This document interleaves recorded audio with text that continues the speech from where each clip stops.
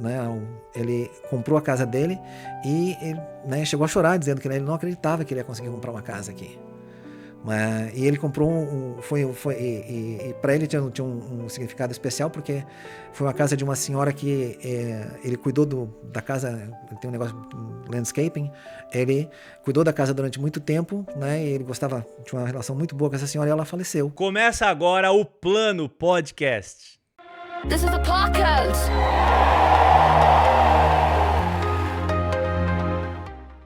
O sonho de comprar a casa própria aqui nos Estados Unidos. Sei que você que está assistindo talvez tenha esse sonho e você ainda não conquistou a sua própria casa. Ou talvez você já conquistou, mas está pagando muito caro. E hoje nós estamos aqui com uma pessoa muito especial. Ele é especialista em financiamento imobiliário. E para bater esse papo sobre financiamento imobiliário, sobre compra de casa, tá aqui comigo o Marconi Vieira. Seja bem-vindo, Marconi. Obrigado, Daniel. Que honra para mim poder falar desse assunto. O Marconi é o cara que me ajudou a comprar a minha casa aqui nos Estados Unidos. Alguém que fez aí todos os números e chegou num coeficiente excelente. E eu estou muito feliz por isso. Que bom, fico contente de saber. Obrigado por você ter vindo e atender esse convite tão precioso. Obrigado, é uma satisfação estar aqui também. Ah, legal. Mas antes, Marconi, deixa eu só dar um recadinho pro pessoal aqui, como de costume. Você que é aí, que nos acompanha, não esqueça de deixar o seu like e de se inscrever nesse canal. Por quê? Toda vez que você comenta, que você dá o like, que você compartilha, o YouTube entende que esse conteúdo é relevante e ele acaba ajudando outras pessoas, porque o conteúdo que nós fazemos aqui, ele é de extrema relevância. E eu quero dar uns recadinhos para você também. Se você ainda não tem, adquira já o livro O que Fazer com o Tempo que Nos Resta. Porque esse livro vai te ajudar a parar de procrastinar. Você vai começar a ter uma nova vida a partir da leitura desse livro. Outra coisa também, o recado que eu quero dar para você é que no dia 28 de março, às 5 horas da tarde, em Brookfield, Connecticut, nós vamos ter a nossa próxima imersão Águias da América. Só lembrando que serão apenas 100 vagas e mais da metade já foi preenchida. Nós lançamos ontem, que foi domingo, dia 1º de março, e hoje, dia 2, que nós estamos gravando isso aqui, já temos mais de 50 vagas preenchidas. Então, se você conseguir alguma vaga, não perca tempo, faça isso. O link você encontra aqui na descrição desse vídeo. Também temos o Zelo App, um aplicativo gratuito que te ajuda a fazer gestão das suas finanças. Não deixe de instalar. Conheça agora mesmo, o link também está na descrição desse vídeo. E para finalizar, participe do nosso grupo de WhatsApp, porque através do nosso grupo do WhatsApp você fica sabendo mais rápido das novidades que acontecem aqui no nosso podcast. E sem mais delongas, vamos conversar, né? Vamos tratar desse assunto tão magnífico que é a sua especialidade. Mas fala para mim, de onde que você é do Brasil e há quanto tempo você já está aqui nos Estados Unidos? Eu sou gaúcho, nasci e cresci no Rio Grande do Sul. E em 95 eu vim para os Estados Unidos. Então eu estou aqui há vou fazer 31 anos. Quase a minha idade. Então você conhece muita coisa aqui. Tem muita história para contar daqui? Olha, tem algumas. Não vou dizer muita história assim. Tem muita coisa que é comum para todo mundo, né? Mas tem algumas coisas interessantes no meio do caminho aí. Legal. Nesse meio imobiliário, muita coisa mudou desde quando você veio para cá. O que você conhecia daquela época que hoje já é diferente? Muita coisa mudou? Olha, teve uma diferença grande aí que eu sei que houve a mudança, embora eu não tenha participado, porque eu comecei há cerca de 10 anos nesse mercado. Legal. E a crise de 2008, a crise imobiliária de 2008, né, onde muita gente perdeu as casas, onde alguns bancos foram à falência, né, ocorreu quando o mercado ele tinha muito poucos regulamentos. Ele não tinha exigências específicas para você obter um empréstimo. Então, você chegava num banco, você chegava numa agência financeira e você pedia um empréstimo e o cara te emprestava o dinheiro e você dava a casa em garantia. Não havia uma preocupação se você podia pagar a casa ou não. Então, o que aconteceu? Teve gente que comprou muito mais casa do que podia pagar. E uma coisa que existia naquela época, que hoje existe muito pouco, existe ainda, mas se usa muito pouco, era o juro variável, que conforme a economia muda, né? Verdade. Sempre flutuante, né? Oscilante, melhor dizendo. Flutuante é inglês, né? Mas o juro não flutua, ele oscila, né? Vai para cima e para baixo. Então, o que acontece é que quando houve variação havia uma variação, o juro subia, as pessoas chegavam num ponto que elas não conseguiam pagar a prestação mensal da casa. E basicamente, quando você não paga a sua prestação por 4 meses, o banco pode começar um processo de foreclosure, que é basicamente o processo de ele te dá uma oportunidade de você colocar em dia as contas, ou ele começa a tomar a casa, né? Um processo judicial para tomar a casa. E se sobrar algum dinheiro, você recebe a diferença, senão o banco toma a casa e você perdeu, né, aquele investimento que você fez no meio do caminho. E foi o que aconteceu com muita gente. Então, depois de 2008, mais ou menos ali, acho que foi 2013, 2012, surgiu, o Congresso fez uma série de novas leis que colocaram que agora você precisa se pré-qualificar antes de comprar uma casa. Você tem que, quando você vai, normalmente se faz antes, inclusive, de procurar um real estate agent, né, um corretor imobiliário, você vai falar com o agente financeiro, né, que é o que eu faço, basicamente, e eu vou te pedir uma série de informações para você comprovar, né, que você me mostrar quanto que você ganha, quanto que você poupou de dinheiro para comprar sua casa, como é que está a sua situação de crédito, e eu vou analisar de acordo com alguns critérios que são basicamente genéricos, são determinados por outras leis e por regulamentos do governo mesmo, e eu vou dizer para você, olha, você pode comprar até tanto de casa. Mas normalmente, né, a gente diz que a pessoa qualifica ou não, não é bem qualifica ou não. Você qualifica por uma certa quantidade. Todo mundo qualifica por alguma coisa. Às vezes não é o suficiente para você comprar uma casa. E aí então a gente diz, olha, você quer comprar uma casa com 3 dormitórios para ter espaço para as crianças, coisa e tal, não sei o quê. Você quer um basement que você depois pode fazer ele finish, né? Pode fazer o acabamento. Legal. Então você vai custar tantos $1.000, né? Mais ou menos aqui na região que a gente mora. Seja lá qual for o preço, só para a gente estabelecer o contexto, né? Aí eu vou dizer, então tá, para comprar uma casa desse tipo, que custa tantos $1.000, você vai ter que ganhar tanto por mês. Você vai ter que mostrar que você conseguiu poupar tanto, né? E aí a gente entra tem mais outros pontos aí, mas os mais importantes são esses, né? Você tem que mostrar que você tem a capacidade de pagar a casa. Porque senão você corre o risco de, ficou 2 meses sem trabalhar, você já está tá fora de... você corre o risco de perder a casa. E nem o banco, nem ninguém quer isso. Porque tem gente que pensa que o banco só quer ficar com a casa do pessoal. Não. O banco quer emprestar o dinheiro e ganhar, né, os juros que eles cobram todos os meses. É assim que o banco ganha dinheiro, basicamente. Mas não é pegando a casa do pessoal. Às vezes tem eu digo isso porque tem essas... a gente ouve muita coisa estranha aí na rua. E todo mundo, às vezes, né, todo mundo tem uma opinião, todo mundo tem uma ideia, todo mundo acha que sabe como a coisa funciona. E às vezes você acaba vendo uma coisa que é uma ideia distorcida. Né? Então, para o banco, o melhor cliente possível é aquele que diz que, eu vou te pagar $2.000 todos os meses, e ele paga $2.000 todos os meses. Aí quando chegou lá no fim do empréstimo, né, ele quitou a dívida, é dono da sua casa, né, ele está feliz e o banco está feliz. Passei, né, vários anos aqui recebendo meu juro, aquilo que eu vendi para você eu entreguei, aquilo que você prometeu você fez, estamos os dois contentes. Interessante.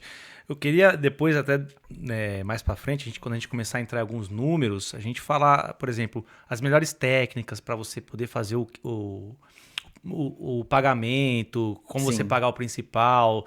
Depois você vai deixar umas dicas para nós aí, para a gente poder... sem dúvida. Ter assim, uma dívida melhor, uma dívida... Não uma dívida só de consumo, mas você também sai dessa dívida de uma forma mais estratégica. A gente pode falar sobre isso também, não pode? Sim, claro. Não, tem um bocado de dicas que a gente pode partilhar aqui, sem dúvida. Sensacional. Legal, mas antes da gente entrar no assunto mesmo, vamos falar um pouquinho de você, vamos trocar uma ideia aqui, porque eu entrei nesse assunto e eu já fui eu me antecipei, não se preocupe com isso, mas... Então, você falou que há 10 anos você trabalhou aqui. Hoje, há 10 anos você trabalha como especialista em financiamento imobiliário. Talvez deve ter um outro nome isso em inglês aqui. Você pode falar para a gente depois. Mas, e antes disso? Quando você veio para cá, quais foram os desafios que você enfrentou como imigrante aqui nos Estados Unidos? Olha, eu tenho a impressão que todo mundo passa mais ou menos pelos mesmos desafios. Na histórias, a gente ouve muitas, né, diferentes e algumas bem interessantes. Eu passei basicamente pelas mesmas dificuldades de adaptação, né? Quando você vai para um país que fala uma língua diferente, que tem uma cultura diferente, você chega conhecendo pouco. Eu já vim conhecendo algumas pessoas, eu já tinha onde ficar. Legal. Eu já tinha estudado inglês, então isso facilita, né? Você veio falando inglês já? Sim, Caramba, eu lembro que que eu legal, vim. meu. Eu já tinha vindo aos Estados Unidos antes de visitar, né? Eu já tinha. A gente conversou um pouco antes, até comentei com você que era tipo assim, um sonho de adolescente. Né? E aí, graças a Deus, realizei. Né? Então, quando eu me preparei, eu estudei inglês justamente com essa ideia. Aí eu cheguei.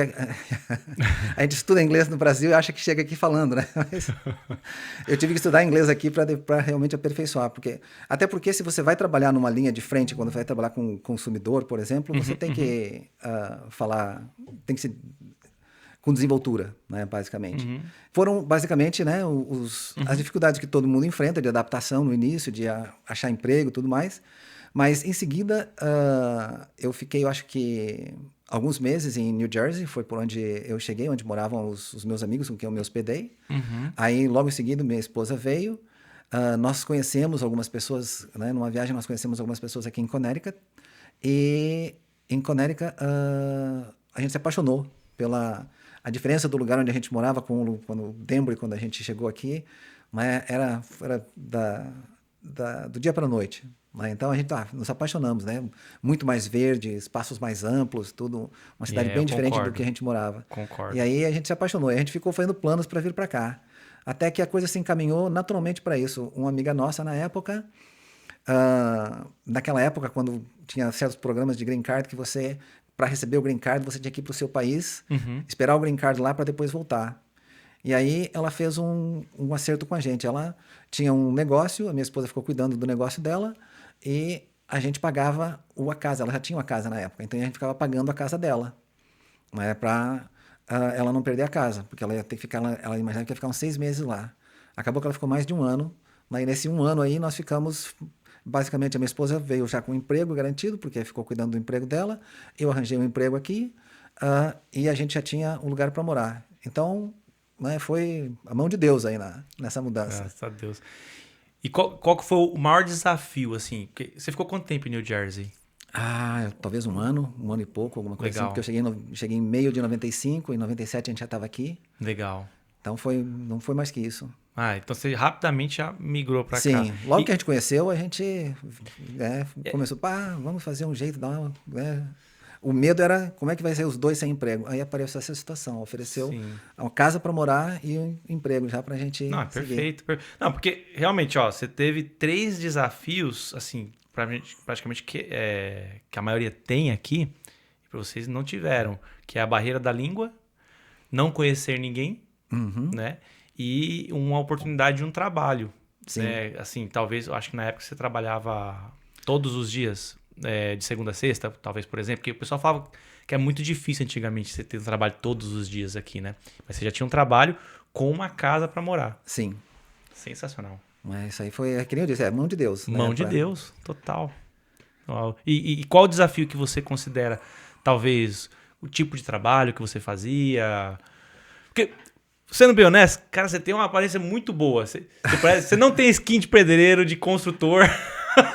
Olha, eu passei por alguns trabalhos mais difíceis, que nem o que o pessoal diz, né? A gente rala um pouco, né? Legal. No início todo mundo rala um pouco, né? Eu entreguei pizza, Concordo. mas entregar pizza eu achava fácil. Né? Basicamente você dobrava a caixa, como a gente diz, né? Montava a caixinha de pizza lá, depois estava lá quentinho, tranquilo, você entrava no carro, entregava a pizza, voltava. Não era nada difícil. Eu fiz umas aventuras pela construção, mas não durou mais que algumas semanas. Legal, legal. Tipo assim, realmente, que nem você disse, não é o meu perfil. Também não é o meu. Não dava certo para mim. Aí, eu brinco, né, que eu tive um emprego de 1 semana, né, na construção. Me botaram para fazer uma parede de bloco, para virar cimento, para... No brick ainda? E também foundation, né? Foundation. Tinha aquelas não me lembro nem como é que é o nome que a gente chama, parece uma porta, aquelas planas, não vou lembrar o nome. Eu também não sei qual que eu trabalhei tão pouco que eu não guardei. Mas eu me lembro que tinha um rapazinho que era bem franzino, bem fraquinho, ele parecia, e ele pegava uma coisa daquelas no braço aqui, botava e levava aquilo, né, para largar, porque você traz no caminhão aquelas para mim parecia uma porta. Né? Mas ele pegava aquilo, fazia, e eu via o rapazinho pegando, né? Eu disse, isso vai ser uma moleza, né? Nossa, eu peguei o troço aqui, ele vai eu todo torto assim. Eu disse, não, eu não vou durar muito aqui, né? Aí você fica todo esfolado, porque o troço é pesado, escorrega no seu braço, né? Arranha, aquela coisa toda. Vai ter gente ouvindo isso dando gargalhada, né? Com certeza. Aquela coisa toda. Mas é isso, né? Tem gente que se acerta com isso, e eu conheci um senhor, inclusive, que chegou aqui, pegou um emprego desses e hoje é muito feliz, voltou pro Brasil, né? De bolso cheio, família feliz, todo mundo voltou junto, né? 100%. Mas para mim o caminho foi outro. E logo em seguida consegui trabalho numa empresa de importação de produtos brasileiros. Assumi a área de contabilidade deles, que eu já tinha algum conhecimento lá do Brasil, e algum tempo depois comecei a trabalhar na área de TI, que era a minha verdadeira especialização no Brasil. E aí eu fiquei 15 anos nessa empresa, mas era uma empresa que trabalhava na área de preparação de propaganda por correio. E nesses 15 anos, né, que passaram aí no começo do século, bem na virada do século, né, 2000 para cá, o que aconteceu foi que a indústria eletrônica começou a tomar conta desse mercado. Né? A gente começou a migrar do papel para a internet. Né? Então, ou seja, a gente pegou... Quando eu peguei, estava bem nesse começo. Então, era uma indústria em decadência. Estava diminuindo o volume de propaganda pelo correio. E todo mundo odiava propaganda pelo correio. Né? Aqui eles chamam de junk mail, né? Ou seja, lixo pelo correio. Então, era uma indústria que estava fadada a desaparecer. Aí, em 2015, foi quando eu dei uma parada e comecei a trabalhar com o financiamento imobiliário. Minha esposa já trabalhava em financiamento imobiliário nessa época, ela já conhecia, disse que era uma área que tinha grandes oportunidades, e aí nós começamos a trabalhar juntos. E você chegou a pensar que você poderia ter essa oportunidade de trabalhar com financiamento imobiliário? Algum momento da sua vida você achou que um dia isso já era um plano seu, ou simplesmente as coisas foram acontecendo e chegou, como você acabou de falar? Como é que foi? É mais a segunda opção. A situação se mostrou propícia. Né? Legal. Eu estava numa época de transição, né, como eu disse, a indústria que eu estava fadada a desaparecer. Cada vez tem menos, né? Cada vez a gente vê que todas as empresas que a gente conhece em geral querem que você receba os seus extratos bancários, as suas contas, tudo pelo correio, que você pague eletronicamente de preferência, né? Em vez de ficar mandando, né, botar um cheque no envelope, que nem era antigamente, você botava um auxilinho, mandava com a conta dentro. Não sei se você pegou isso aqui, mas era muito comum, né? Não. Era uma das coisas que a gente vinha, a diferença do Brasil, porque eu era do tempo do Brasil que para pagar a conta você tinha que ir no banco, né? E pagar a conta no banco. Você levava a conta da água, a conta da luz, sei lá, que conta fosse, né? Você levava no banco e pagava no banco. Aqui você não pagava no banco. Aqui vinha, né, a conta em casa e você recebia um envelopinho junto, você simplesmente botava um cheque no valor da conta ali, botava no correio e a conta ia ser paga. Então, assim, olha que diferente, né? Bem interessante, não tem fila de banco. Por isso que os bancos estão sempre tão calmos aqui. Era uma diferença, né? Banco no Brasil era uma coisa movimentada, era uma coisa com fila, com gente conversando, aquela coisa toda. Aqui você chega era quase nada de movimento. E hoje menos ainda. Legal, eu tô conversando com você aqui, eu tô lembrando de um amigo meu no Brasil. Ele chama Ângelo. Um abraço, Ângelo, meu irmãozão. E a sua feição lembra muito ele. Conversando com você aqui, até o seu jeito de sorrir lembra muito ele, cara. Muito legal conversar com você. Obrigado. E trazer as memórias de um amigo meu muito querido. E aí, aqui nos Estados Unidos, então, você constituiu família. Você já veio, a sua esposa veio depois de um tempo, né? Como você falou. E aí, vocês tiveram filhos aqui, constituíram família. Como é que ficou isso aí? Foi. Mais ou menos no começo, lá em torno do ano 2000, a gente decidiu, né? Bom, é hora da gente ter filho, né? Aí a gente começou pensando em vamos ter 2, né? Ou 2 ou 3, e aí quando teve o segundo, não, vamos ficar com 2, né? Aí depois ficava aquela 2 ou 3. Quando a gente decidiu que era... Não, então vamos ter o terceiro, vamos dar mais um ano, né? Porque a gente Aham. teve, a gente fez uma escadinha, na verdade, né? E a gente tava ali sabe quando você tá, em inglês é overwhelmed que a gente diz, né? Quando você tá, não é sobrecarregado, mas você tá assim, tá cheio de coisa, né? Nossa, 2 crianças, né? Era uma coisa nova pra gente, né? E aí a gente tava conversando e disse, não, então vamos dar mais um ano, né? Vamos. Então tá. 2 semanas depois, minha esposa tava grávida. Eu disse, pô, então Que agora legal. vai ser 3, né? Um atrás do outro. Então, Não teve tempo para descansar. que legal, que legal. Parabéns. Família com 3 filhos, né? É realmente privilégio. Né? Nos tempos Obrigado. atuais, né? Porque o pessoal hoje quer ter um filho, já quer sair correndo, não quer mais nada. E eu acho muito bonito. Nós temos 2 filhos, porém a fábrica não está fechada ainda. Não sabemos, né, o que Deus tem preparado para nós. Né? O desejo do nosso coração é manter como está, mas Sim. né, a gente sabe que quem manda nessas horas aí é Deus, né? E a gente também tem que tomar os nossos cuidados, né? Sim, Não dá para colocar a culpa em Deus, porque em né? tudo. E até por uma questão de respeito, porque eu sei que quando a gente bota um podcast, como você falou, né? Quando a gente bota um podcast no ar, você tem todo tipo de opinião, né? Das pessoas que estão escutando. Mas até por uma questão de respeito, hoje em dia eu acho muito comum que as pessoas não queiram ter filhos. E é uma decisão tão significativa na vida de uma pessoa Sim. que eu acho que a gente tem que respeitar. Mas se a pessoa sente que ela não foi chamada, né, para ter filhos ou coisa assim, ótimo, né, tem todo o direito. Né? Da mesma forma que tem gente que decide, eu quero trabalhar, quero tirar um tempo do trabalho para cuidar dos meus filhos. Né? Ótimo. Né? Se a pessoa decide que isso é o mais correto, mais certo para ela, eu acho que a gente tem que respeitar também. Porque às vezes a gente tem aquela ideia, né, que todo mundo tem que seguir uma certa receita. Né? E aqui, uma coisa que a gente percebe tem como eu disse, né? Há questões culturais que a gente se dá conta quando a gente vem do Brasil para cá. Sem dúvida. Aqui tudo é muito... essa parte financeira que é muito importante é também supervalorizada às vezes. E às vezes a gente esquece as coisas que são importantes.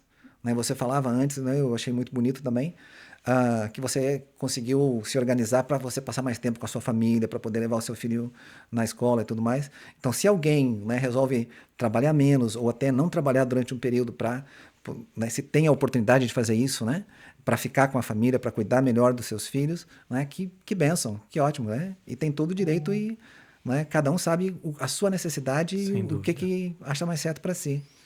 Só para não dar aquela impressão que a gente está condenando alguma escolha, né? É verdade. Não, é a presença, né?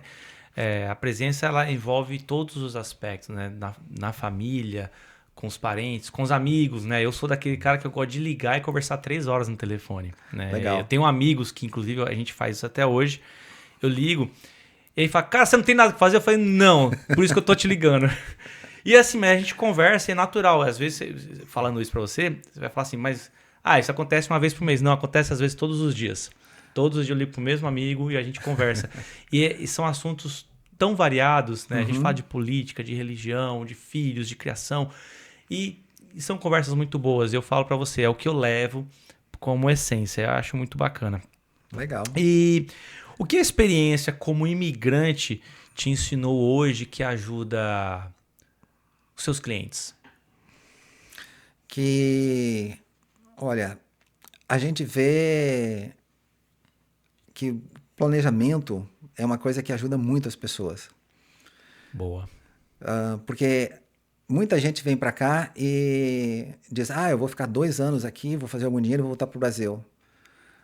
E a pessoa se atira, às vezes, de uma maneira e ela não se dá conta que ela, com esse atirar-se no trabalho e tudo mais, ela deixa de lado uma série de coisas importantes também, mas e ao mesmo tempo ela cria vínculos que são difíceis de ser rompidos depois.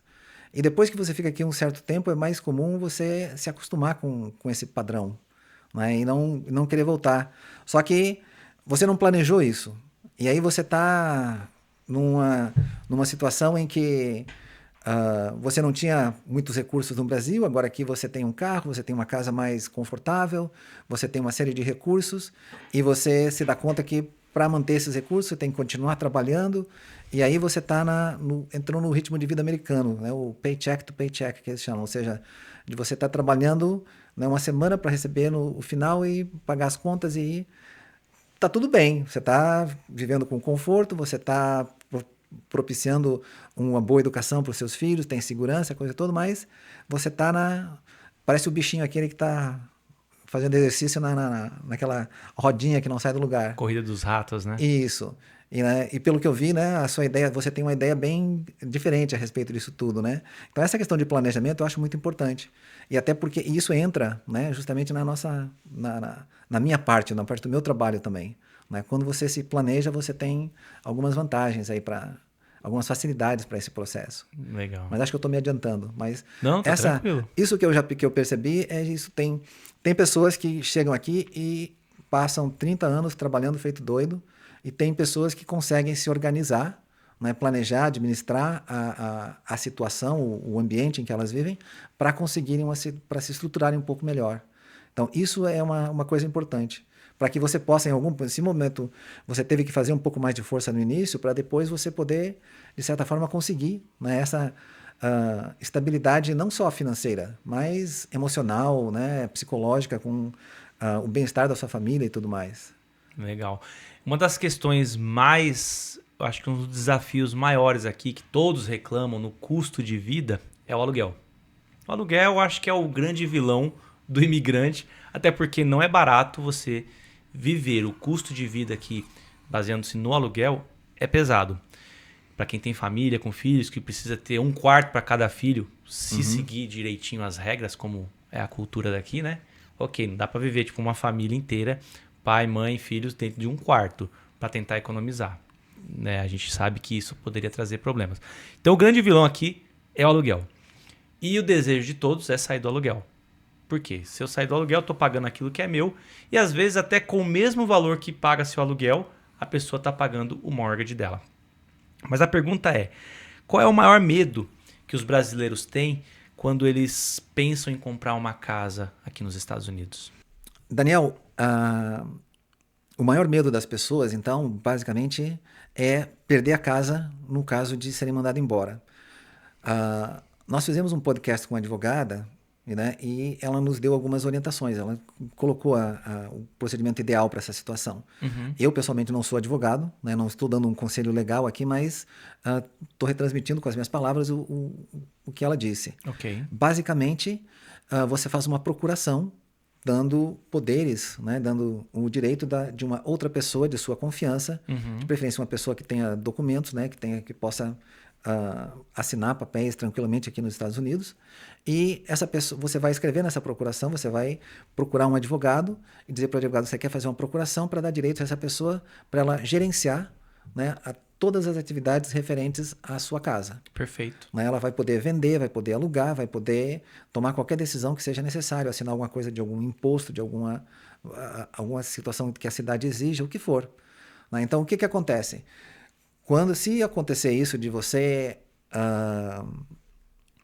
ser mandado embora, né, tá tudo nas mãos dessa pessoa.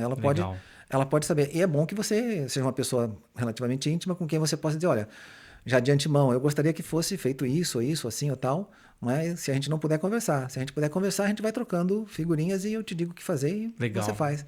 Aí você pode administrar. Como se fosse um plano B, né? Exatamente. Legal. Você pode estar no Brasil e pode estar dando instruções para essa pessoa e ela cuida para você. Ótimo. Né? Isso é o mais comum. Tá. Algumas pessoas que moram aqui nos Estados Unidos não têm status. E muitas afirmam que não dá para comprar uma casa sem status. Verdade ou mito? Mito. E, na verdade, uma coisa que eu ouvi um tempo atrás de uma pessoa e achei muito interessante é o seguinte. Quando você quer consertar um problema elétrico na sua casa, você liga para o encanador? Não. Não, né? Você liga para um eletricista. Sim. Quando você quer consertar um problema no encanamento, você liga para um marceneiro? Não. Não, você vai ligar para um encanador. Né? Cada um tem a sua especialidade. Então, você pergunta, né, o assunto para quem é um especialista. Né? Todo mundo tem encanamento em casa, mas nem todo mundo é encanador. Todo mundo tem eletricidade em casa, mas nem todo mundo é eletricista. Né? A pessoa sabe abrir uma torneira, sabe ligar uma luz, né? Tem uma ideia de como é que funciona aquele negócio, mas quando você começa a perguntar os detalhes que tem para instalar e para fazer aquilo acontecer, né, tem muita coisa que você não sabe. Né? Eu tenho noção de que eu entendo muito pouco de eletricidade e de encanamento. Né? Mas de mortgage eu sei, né? Ou seja, de financiamento imobiliário a gente sabe. Então, primeira coisa, a gente tem que tomar cuidado porque tem muita gente que não sabe a diferença. E você diz que eu ganho tanto, coisa e tal, não sei o quê, e o cara tá lá no banco, o trabalho dele é vender, e o cara diz, né? Ele tá vendo a sua movimentação, coisa e tal, ele pergunta, você não quer comprar uma casa? Você já pensou em comprar uma casa? E ele começa a te vender, mas ele nem sabe se você tem ou não tem. E aí você diz que você tem um ITIN, né? Que é o CPF. Eu recomendo o CPF, né? O Individual Tax Identification Number, o número de identificação do imposto de renda aqui. Que seria o equivalente se você tivesse documentos ao Social Security Number, né? Então, o número do social. Né? Eu vou falar em português porque às vezes o pessoal entende melhor. Então, o que acontece? Eles não sabem a diferença, eles sabem que você pode abrir a conta, você está lá no banco, você pode abrir a conta com o social e pode abrir com o Tax ID Number, né? O ITIN. Então, você pode comprar uma casa também. É a primeira coisa que o cara pensa. Né? Você ganha dinheiro, você tem dinheiro para dar uma entrada, por que não vai poder, né? Aí, ele faz tudo, quando chega lá no fim, né? Quando você compra uma casa, tem uma pessoa que tem que passar o pente fino em todos os documentos e se certificar que todos os documentos estão de acordo. Aí, essa pessoa que sabe todas as regras, tintim por tintim, vai chegar lá e falar, ok, me dá uma cópia do social do cara e o documento de imigração dele, né? O work permit dele, a permissão de trabalho, ou o green card. Né? Não tem, então não pode. Né? O cara tem dinheiro para entrada, mas não pode. Então, tem bancos especializados para fazer esse tipo de trabalho. Os bancos aqui nos Estados Unidos, normalmente, o que eles fazem é o seguinte. A maior parte dos bancos lida com o público americano, que, na verdade, é 97% do povo. Né? Nós, por mais que nós sejamos milhões, né, os imigrantes, né, somos basicamente, principalmente, né, os imigrantes que não têm documento, né, são basicamente, não têm status, né, como você diz. São 3% da população. E é um número grande isso aí, 3%, 4% da população. É um número grande, mas, na verdade, para o banco não tá tão interessado nos 3%, 4%. Ele está interessado em atender os 90 e poucos % que tem aí. Então, tem bancos que se especializam em atender essa parte da população. E eles fazem programas que não são... Quem empresta o dinheiro não é o governo. O banco usa os próprios recursos dele. E aí, como ele está usando os próprios recursos dele, ele diz para quem ele quer emprestar e para quem ele não quer emprestar. Ele estabelece os critérios dele. Os critérios são muito semelhantes ao critério que você precisa para qualificar como se você tivesse documentos. Mas ele não exige algumas coisas que ele sabe que você não vai poder apresentar. Ele sabe que ele vai verificar se você é um bom pagador. Ele vai verificar quanto você ganha para ver se você tem condições de pagar a prestação. Ele vai verificar se você foi responsável o suficiente para administrar suas finanças e conseguir poupar um dinheiro para dar uma entrada. Ele vai fazer todas as verificações. Só que ele não vai verificar o que para ele não é importante. Essa questão, você tem status ou não tem? Você tem esse documento ou não? O que eu preciso é que você me mostre que você ganha. Então, os bancos foram se especializando e eles têm uma noção. Imigrante, normalmente, quando trabalha, tem muita gente que recebe cash. Né? Você não pode... para você utilizar... Então, vou começar a dar algumas dicas aqui. Aqui tem umas dicas importantes. Legal. Quando você recebe cash... Você tem que depositar aquele cash no banco de alguma maneira. Você pode depositar, de preferência você deposita, né, quando você recebe, é mais seguro você depositar quando você recebe, não ficar com dinheiro, com milhares de dólares embaixo do colchão, mas você depositar o dinheiro. E quando você deposita o dinheiro, você tem um documento, o extrato bancário é um documento. Você tem que ter uma maneira de comprovar tudo que você ganhou, tudo que você precisa para comprar casa. Perfeito. Então, por exemplo, se você ganha em cash, deposite o cash, e use o seu cartão de débito, ou se você gosta de andar com dinheiro na carteira, tire o dinheiro depois, mas você precisa depositar aquilo para você ter uma prova de que você trabalhou e ganhou aquele dinheiro. Né? Tem que ter uma fonte específica desse dinheiro aí. E você precisa guardar também para ter uma entrada. Né? Sempre que você comprar uma casa aqui, você vai precisar de uma entrada. Então, você vai ter que ter algum dinheiro guardado. Então, deposite o dinheiro no banco. Né? Acontece duas coisas, né? As pessoas não depositam o dinheiro, né? Aí dizem, eu ganho bastante, né? Eu tenho dinheiro para comprar uma casa. Quanto é que você precisa? O cara já chega me perguntando, quanto que eu preciso para comprar uma casa de tantos mil dólares? Normal, essa pergunta deve ser. Sim, muito, né? Aí eu disse, bom, né? Tem uma série de coisas para a gente ver aí, mas realmente né, você vai precisar mais ou menos tanto para a gente começar a conversar. Aí o cara, tá, não, eu tenho, mas ele tem, mas não metade daquele dinheiro ele não deposita. Então, na verdade, esse dinheiro não existe. Se você não tem como comprovar, o dinheiro não existe. Basicamente é isso. Entendi. Então, você tem que depositar o dinheiro. A outra coisa é, há pessoas que dizem o seguinte, então tá, eu vou depositar o suficiente para fazer a casa e vou guardar o resto para a entrada. Também não funciona. Porque você não pode ter o dinheiro da entrada em cash. Você vai ter que depositar no banco em algum momento. Então, é mais fácil você depositar pouco a pouco, conforme você vai ganhando, do que você chegar no banco e você querer depositar $20 mil de uma vez, $30 mil de uma vez. Né? O governo tem uma série de controles para se precaver contra lavagem de dinheiro.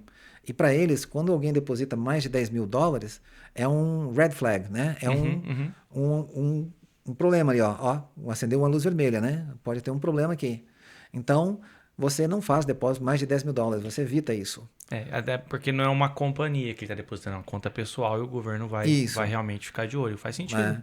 Mas, por exemplo... Com a companhia, se fosse uma companhia, seria diferente. O dinheiro dentro de uma companhia, ele teria um depósito maior. Claro que não em cash, né?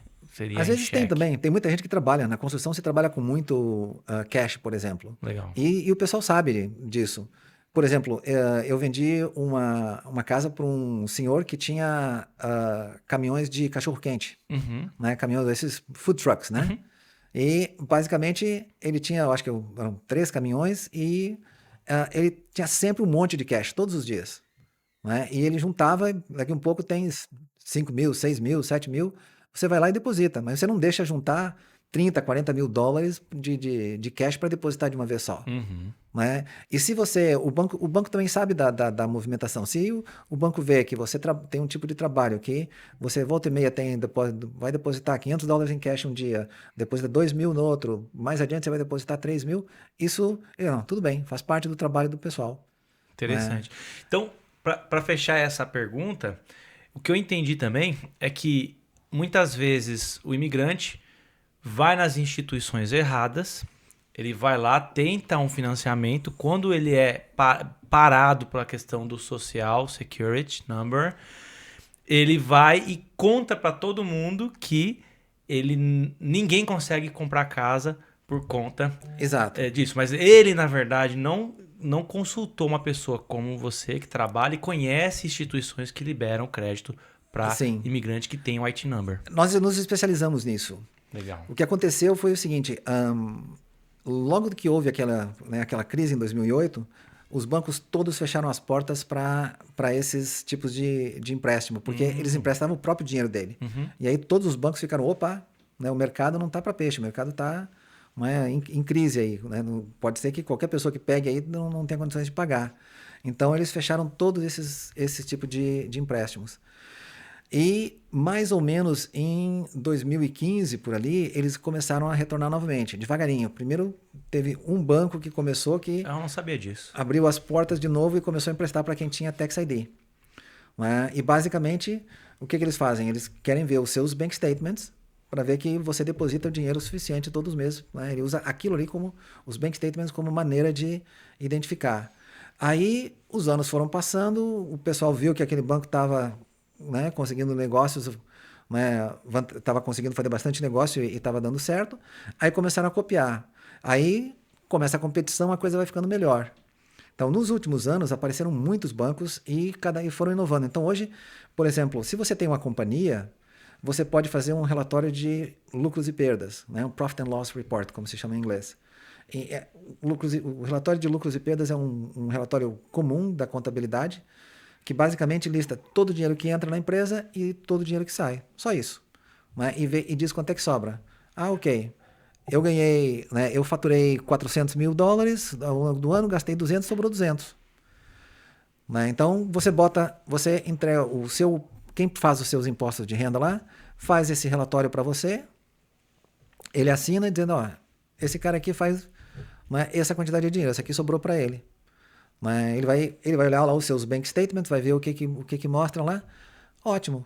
Né? Eu uso o relatório de Profit and Loss. Eu dei um número alto, né? Mas não precisa ser tão alto assim. O pessoal vai dizer, mas quem é que faz com $200 mil? Tem gente que faz, mas nem todo mundo faz mesmo. Né? Tem gente que faz menos, mas você não precisa tanto para comprar uma casa. Mas você pode usar, então, bank statements, você pode usar um profit and loss. Tem banco que aceita que você mostre só os 1099, né, que é o formulário que algumas companhias te dão quando você trabalha sem ser funcionário. Né? Você faz um trabalho lá, você cobrou, sei lá, 10 mil e a empresa te deu, né, um 1099 porque, sei lá, um mês que você trabalhou, 2 com eles. Então, tem várias maneiras de verificar quanto você ganha. Se você vai num banco que usa, né, o dinheiro do governo, o governo tem uma série de regras a respeito de como você tem que mostrar o que você ganha. E não vão aceitar nada disso. Então você tem que conhecer os bancos certos, né, que fazem esse tipo de coisa. A Prisma, a empresa onde eu trabalho, é um banco que se especializa nisso. Então nós temos vários investidores que com os quais nós trabalhamos, que aceitam essas diferentes maneiras. Então quando você vem e me diz, olha, eu quero ver se eu qualifico, eu tenho várias opções, então deixa eu ver qual é a sua situação. Né? Não tem uma receita de bolo bem clara, mas você me diz o seguinte, ó, eu tenho isso, eu tenho aquilo, tenho tal coisa. Aí eu posso te perguntar, e você tem isso? Tenho. Então tá, então esse banco aqui eu consigo. Ó. Esse eu consigo te encaixar nesse banco, eu consigo encaixar nesse outro, assim por diante. Quanto mais recursos você tiver, quanto mais dentro dos parâmetros ideais você tiver, mais barato a coisa fica. Top. Quanto menos coisa você tiver para mostrar, quanto mais a sua situação for você é daquele que quer esconder tudo, que não quer mostrar nada, que quer ganhar em todos os cantos, aí você acaba pagando mais. Porque se o banco não se sente seguro com você, ele vai te cobrar mais. Para o banco é tudo uma questão de risco. Mas se o banco sente que você é um cara que está fazendo tudo certinho, ele pode confiar naqueles números, ótimo. Esse cara aqui merece um juro mais baixo. Não é que ele vai decidir isso na hora. Ele já colocou nas condições dele. Né? Se você tem isso, baixa aqui. Se você tem esse outro, tem. Você tem como mostrar isso aqui? Tenho. Então, por exemplo, você aluga uma casa. Né? O cara que aluga a casa para você não quer pagar imposto, ele quer que você pague em cash. Você paga em cash, você não tem como comprovar quanto você pagou, você não tem como comprovar que você pagou, né? E você não tem como comprovar quanto você paga. Então, para todos os efeitos, você não paga, você não tem aquele dinheiro, né? Porque você usou tudo em cash. Se você faz o seu pagamento por Zelle, você faz o seu pagamento com cheque, você faz o seu pagamento de alguma maneira que deixe algum registro eletrônico, alguma coisa que você tem isso documentado, o banco te considera um cliente mais qualificado do que o outro que não tem. Então tem essas regrinhas que os bancos vão estabelecendo porque eles sabem que, por exemplo, se eu sei que você paga $2.500 de aluguel todos os meses, e você vai tirar um mortgage, e o seu mortgage vai ficar em $2.800, é $300 a mais por mês. Você não vai fazer diferença no seu orçamento. Mas se eu não sei se você paga $2.500 ou $1.000, né, e você vai pagar $2.800, a diferença de um para o outro, né, de $1.000 para $2.800 é $1.800. Pô, $1.800 no orçamento desse cara, será que não vai fazer falta? Né, o banco se preocupa com essas coisas. Então, é importante que você tenha, né, documentação de toda essa parte financeira. Né? Quanto que você paga de aluguel? Você, por exemplo, tem banco que só aceita se você mostrar realmente que os últimos 12 comprovantes de que você pagou, nos últimos 12 meses, você pagou 12 meses de aluguel e pagou todos eles em dia. Né? Sensacional. Exato. Se você não tem, você deixou um para pagar, entregou lá no fim do mês junto com os dois. O banco diz, o cara não está com as finanças dele 100% em dia. Entendi. Né? Isso aqui já é um pontinho a menos aqui. Então, quando você tem um pontinho a menos numa coisa, um pontinho a menos na outra, daqui a um pouco ele, não empresto. Não posso, não atender os critérios. Então, se você, né, vai conversar comigo lá para ser pré-qualificado, como a gente diz, né, eu vou avaliar isso tudo. E aí eu te digo, olha, você não vai conseguir esse juro aqui que a gente tinha, esse juro aqui é o melhor que eu tenho para te dar, mas é o melhor que eu tenho, mas esse aqui exige tal, tal e tal coisa. Mas eu tenho esse outro aqui que vai te cobrar mais 0,25 aqui, um quarto, como a gente chama, né? Vai cobrar mais 0,25, mas você vai comprar a sua casa. Então, a gente tem uma flexibilidade, né? Por conhecer, por ter várias opções, né? E por saber exatamente o que as pessoas precisam. Agora, se você chegar realmente num banco que tipicamente trabalha, né, com aqueles 90% da população que são o público americano, ele vai dizer, você precisa ter uma listinha pequenininha que, né, se você tiver aquela listinha, ótimo. Se você não tiver qualquer uma daquelas coisas, você não qualifica mesmo. Né? Então, você ir uma empresa que trabalha com esse tipo de empréstimo mesmo. Perfeito. E você acredita, então, que falta de organização financeira é, então, hoje um dos principais obstáculos para quem não consegue comprar uma casa? Sem dúvida. Tem desinformação, primeiro a pessoa não sabe o que ela precisa. Boa. Por exemplo, essa questão do aluguel eu mencionei porque eu sei que muita gente não tem a ideia disso. Muita gente acha que não faz diferença nenhuma. Ou até fica contente de poder não ter que mostrar o dinheiro, né? Se livra do aluguel, mas às vezes pode ser um empecilho. Ou se não um empecilho, você vai pagar um pouquinho mais lá na frente por causa disso. Né? Então, algumas coisas importantes. Né? Então, você ter comprovantes de tudo que você faz. Né? Para banco não interessa você dar explicação. Em alguns casos, você pode dar uma explicação de algumas coisas. Tem coisas que o banco pergunta e aceita que você faça o que a gente chama de uma carta de explicação. E você vai dizer, você depositou $10.000 cash aqui, o que foi esse depósito? E aí você vai dizer, isso aqui foi um trabalho grande que eu fiz, eu tenho um invoice, eu posso pegar e mostrar aqui.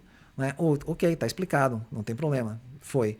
Mas aí você tem $20.000 em cash, você não tem como explicar, você trabalha com um salário fixo de tanto por mês e você não tem como explicar $20.000 na sua conta. Não é que se você tinha guardado de onde, mas você não tem... se você não tem uma empresa, você não tem como explicar de onde veio aquele dinheiro, porque em tese você não deveria ter. Né? Então o banco não sabe se você é a maior preocupação deles, que você é um terrorista. Não é, eu sempre achava que era tráfico de drogas, lavagem por causa disso. Não, é terrorismo. Essa lei veio depois do September 11, porque os terroristas utilizaram o recurso de comprar casas em cash e receber, quando recebiam, depois vendiam as casas, e quando eles vendiam, eles recebiam dinheiro, né, através do banco. Então estava lavado lá centenas de milhares de dólares. Então o governo, quando se deu conta disso, estabeleceu, você vai ter que comprovar. Então o banco sempre utiliza, pelo menos os últimos 2 meses, o banco sempre vai olhar. Então essa é outra coisa importante. Né? Às vezes a gente diz, olha, você tem que estar com todo o dinheiro da entrada no banco 2 meses antes. Isso não é uma regra fixa, mas você tem algumas situações que você pode justificar. Mas se você tiver, né, os últimos 2 extratos ali, está me mostrando, quando começou o primeiro extrato, você já tinha lá os $50.000 que você precisava que você queria dar de entrada. Ótimo. Né? Você não vão te perguntar nada do que aparecia ali na frente, porque eles já sabem que você já tinha o dinheiro, aquele dinheiro que você está usando, não tem problema nenhum. Se você chega lá e eles vêm aqui 2 meses antes você tinha 5.000, agora você tem 50. De onde é que apareceu $45.000 em 2 meses na sua conta? O que foi que aconteceu? Né? Que mágica é essa?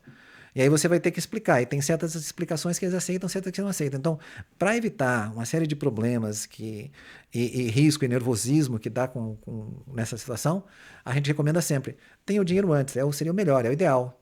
Então, isso é planejamento. Planejamento, organização, perfeito. Ou seja, com isso, você já eliminou uma série de... O banco já fica mais tranquilo com você. Ele já está olhando para você com uma cara diferente. Não, esse cara aqui, né, chegou já com tudo organizadinho. Então tem essa questão. Essa questão é uma questão que mata muita gente. Tem gente que se atrapalha nessa questão e é impressionante quantas vezes, olha, não deposite cash nesses últimos dias porque você vai ter que explicar e se você não explicar o banco não aceita. Mas é dinheiro, eu trabalhei...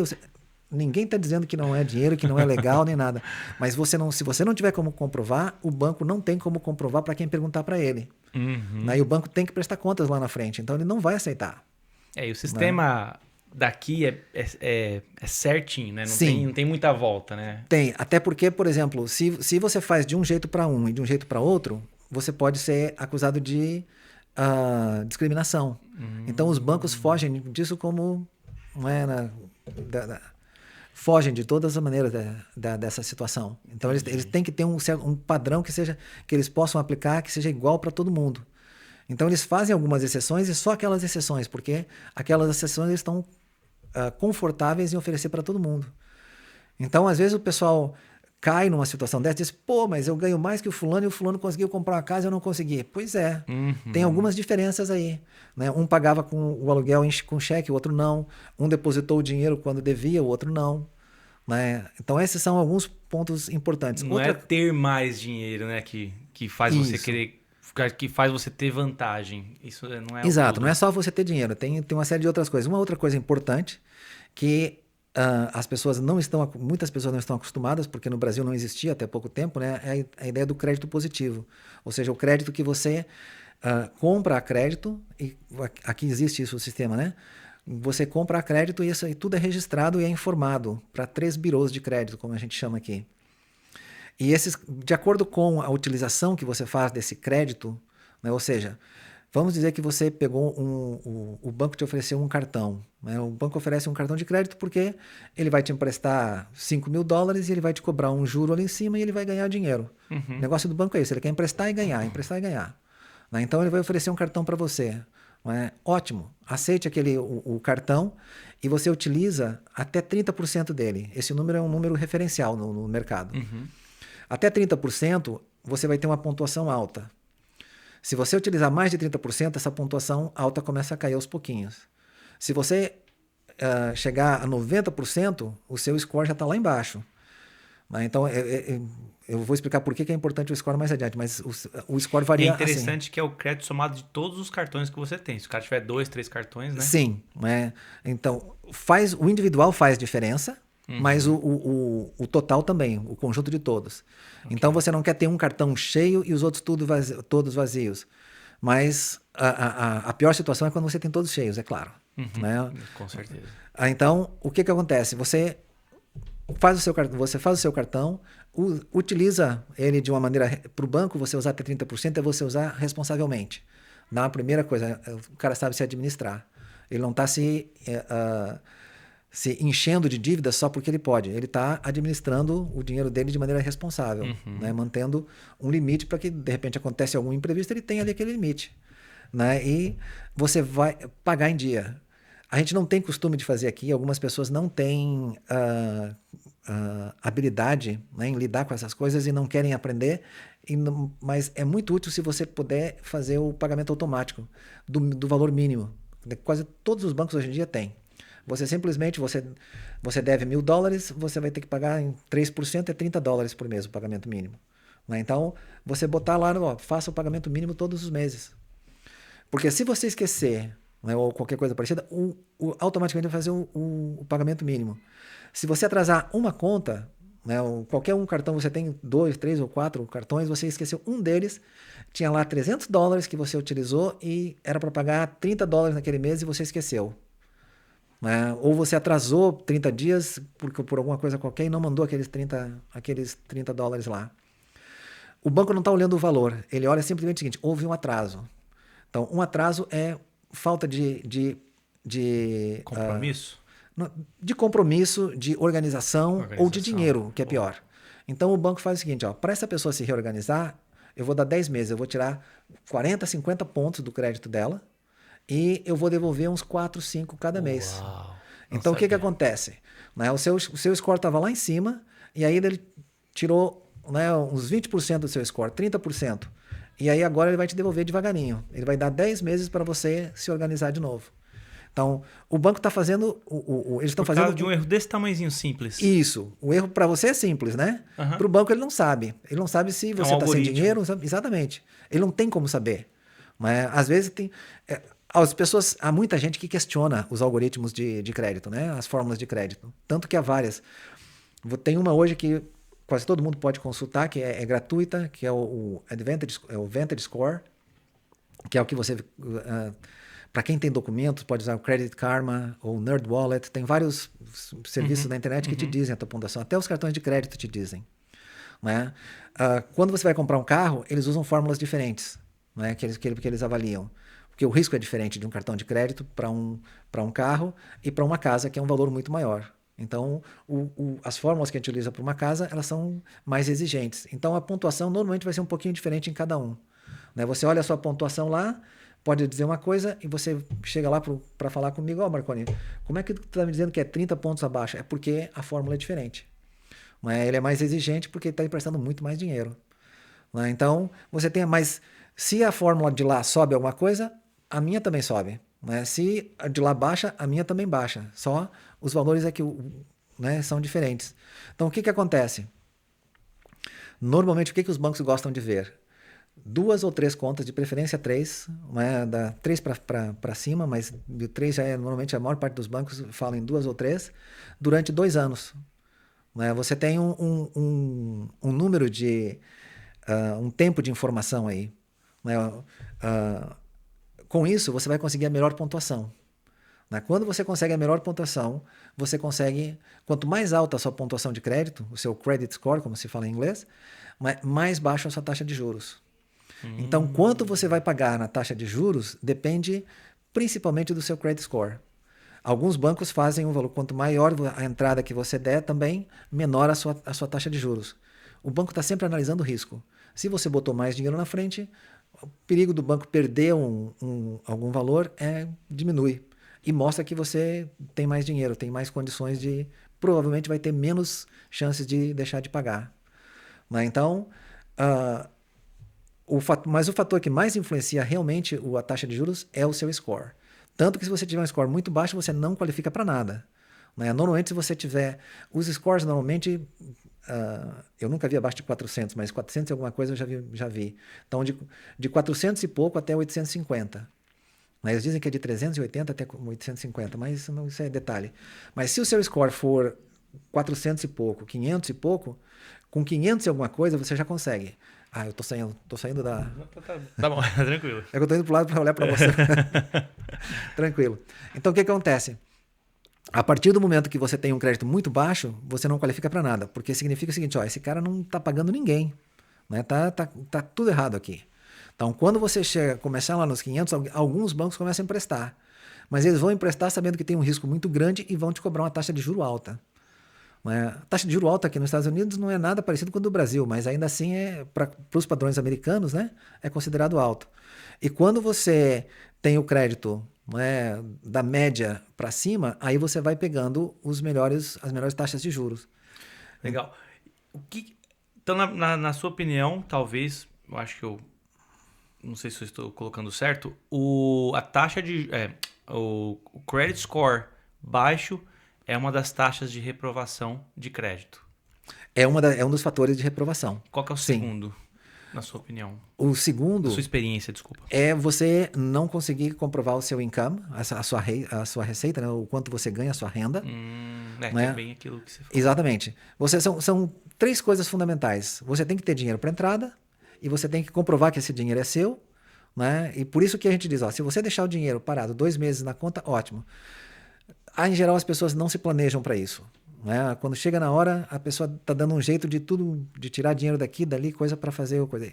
E às vezes a vida da pessoa é assim mesmo, né? Não é fácil de mudar. Tudo bem, é o dinheiro da entrada.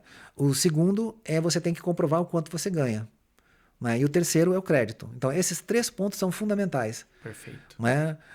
Tem aqueles valores secundários, como eu falei, a questão do você mostrar que você tem, né, pagamentos de aluguel em dia, né? Porque assim como o credit score é baixa, né, se você não tiver em dia, né? Em termos de credit score, por exemplo, você atrasar um cartão de crédito é um tipo de risco.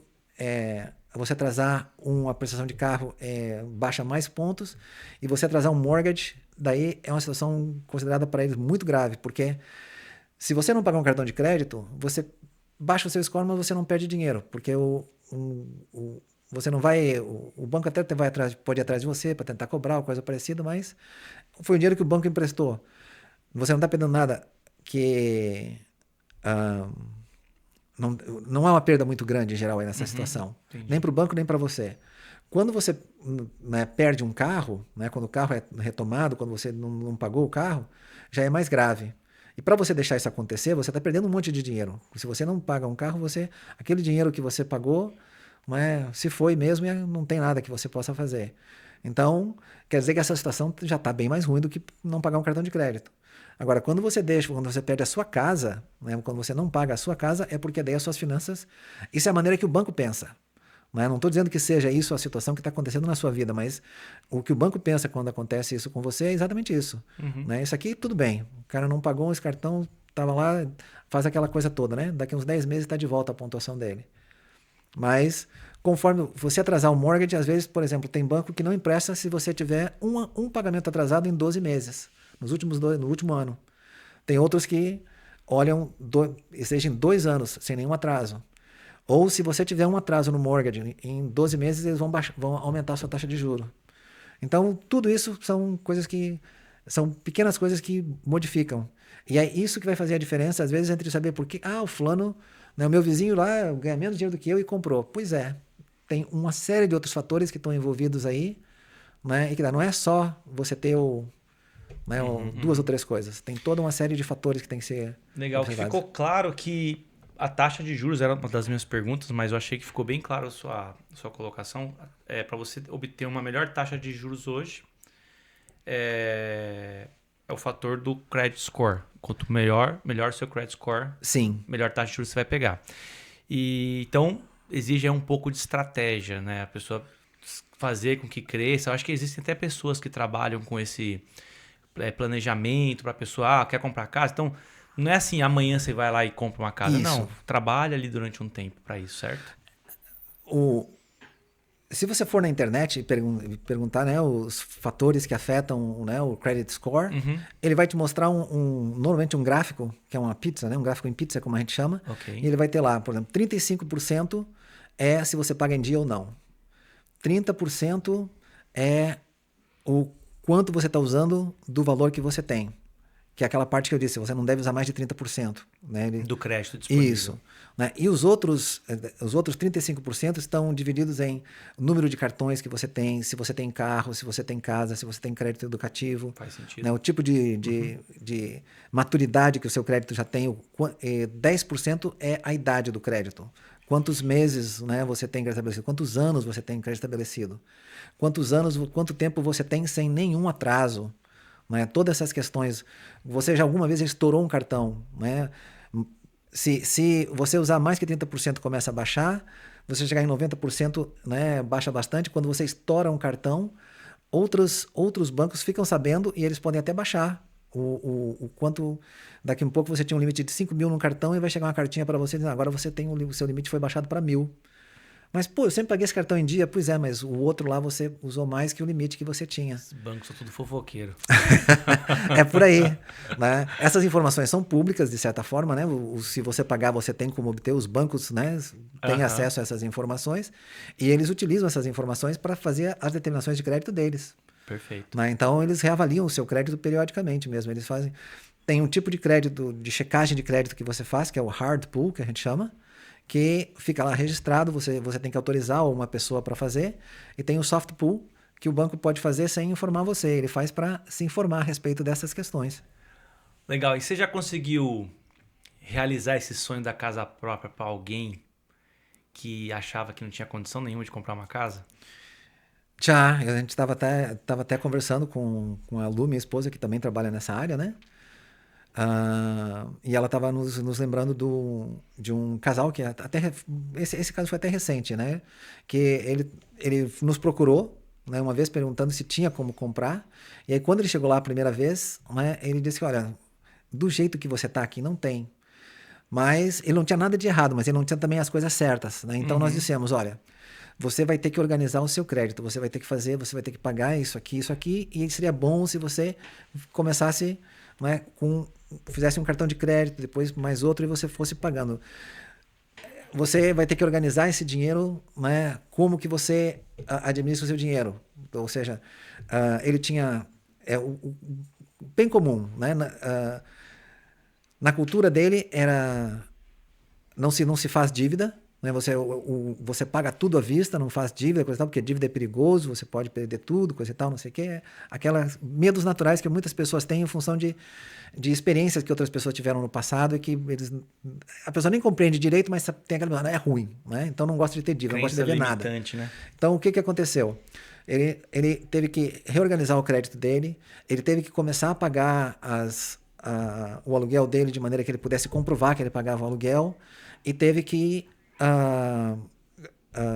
guardar o dinheiro, usar o banco, né? Guardar o dinheiro no banco e tudo mais, em vez de ter dinheiro guardado em casa. Quando o atual presidente, né, começou a endurecer a imigração, o pessoal chegou gente que me disse, olha, eu vou parar de botar dinheiro no banco porque estão dizendo que, né, os bancos vão tirar o dinheiro dos imigrantes. Então o pessoal espalha boato e tem gente que, bom, na dúvida, eu vou acreditar, né? Melhor estar seguro do que perder o dinheiro. Então, né, tipo assim, as leis, tem certas leis que não se podem, né, não podem ser, não são leis de imigração, que eles podem jogar para um lado e para o outro, ou usar uma certa, não é jogar para um lado e para o outro, né? As leis continuam lá, mas que ele tem uma certa descrição para como aplicar as leis. Tem certas leis que têm que ser aplicadas iguais para todo mundo. Então, eu me lembro que foi a questão, né, de basicamente essas informações mais simples aí. Né? A pessoa fazia tudo da maneira que ela achava que era mais seguro para ela. Mas ó, você vai ter que fazer assim, assim, assim. Então foi, né, começar o crédito, começar a botar o dinheiro no banco. Quando começando a botar o dinheiro no banco, ele conseguiu comprovar o quanto ele ganhava e conseguiu juntar o dinheiro para a entrada, né, e mostrar que tinha dinheiro para a entrada. E há poucos meses atrás ele comprou a casa dele e ele, né, chegou a chorar dizendo que ele não acreditava que ele ia conseguir comprar uma casa aqui. E ele comprou e para ele tinha um significado especial porque foi uma casa de uma senhora que ele cuidou da casa, ele tem um negócio de landscaping, ele cuidou da casa durante muito tempo, né, e ele tinha uma relação muito boa com essa senhora e ela faleceu, né, e aí o filho dela disse, olha, eu sei que ela gostava muito do coisa, eu via que você sempre fez tinha sempre um relacionamento bom com ela, ele vendeu para ela por um preço melhor, né? um preço bom. Que né? legal. E ele ficou, aí ele pôde comprar a casa, né? Foi um bom negócio e ele tinha, né? Ele já estava pronto porque ele fazia mais ou menos, ele já fazia um tempo que ele vinha juntando. Né? Então ele estava numa situação em que para aquela casa ali fechou. Que legal. Aí foi essa situação. Me lembro que foi bem engraçado que tem muita gente que diz que quando é coisa muito comum na nossa comunidade, o pessoal diz, legal, né? Quando eu estiver na casa lá, eu vou te convidar para um churrasco. Mas ele disse, não, né? Vamos. Assim que quando ele fechou, ele disse, olha, vou levar vocês para almoçar. No dia do fechamento, ele disse, quero que vocês vão lá no fechamento da casa, que vocês estejam lá comigo, né? E eu vou levar vocês para almoçar. Aí fomos almoçar juntos, tudo mais, nos levou num restaurante mexicano que ele gostava muito lá. Achei muito interessante, né? Uma experiência bem interessante. E qual foi o caso mais improvável que deu certo? Olha, é difícil de dizer. Eu prefiro um exemplo diferente, pode ser? Pode. A gente tem muitos exemplos interessantes porque a gente pensa na primeira casa, né? Depois que você está um tempo nesse mercado, você pensa nas casas que você pode comprar. E que é uma realidade muito, muito comum para muito... tá dentro da nossa comunidade, que as pessoas pensam que o pessoal vive trabalhando e, né, ralando e não consegue juntar nada, mas tem gente que consegue juntar e tem muitos recursos para você comprar casa para investimento. Então, depois que você comprou a sua casa, é uma realidade... dependendo da sua situação aqui, porque a gente, de novo, né? Tem muita gente que sem documentos, que a gente se especializou nessa área. Então, o pessoal não vai ter aposentadoria aqui nos Estados Unidos. E o pessoal não se vê voltando para o Brasil também. Então, o cara quer ter uma segurança. Uma das melhores maneiras é você, por exemplo, ter uma casa que você pode alugar. Ou uma, ou duas, ou três, quantas você, né, achar que é razoável e que tiver condições para ir atrás. Então, o que acontece? Casas, normalmente, aqui nos Estados Unidos, valorizam... Na média, quando você anualiza, né, pode ser que de um ano para outro não dê esse número, mas em geral 4 ou 5% ao ano.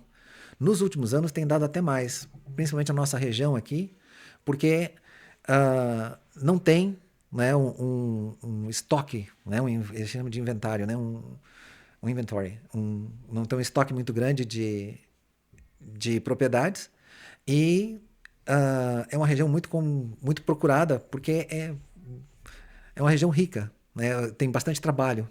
Então, o que acontece? O pessoal, vem bastante gente procurando trabalho, consegue trabalho, junta dinheiro, compra uma casa. Essa casa vai valorizando 5% num ano, 5% no outro. Você vai pagando, né? Se você está no aluguel, você está botando dinheiro pela janela. Aquele dinheiro, você botou 2.000 lá, entregou para o dono da casa, aqueles 2.000 você nunca mais vai ver.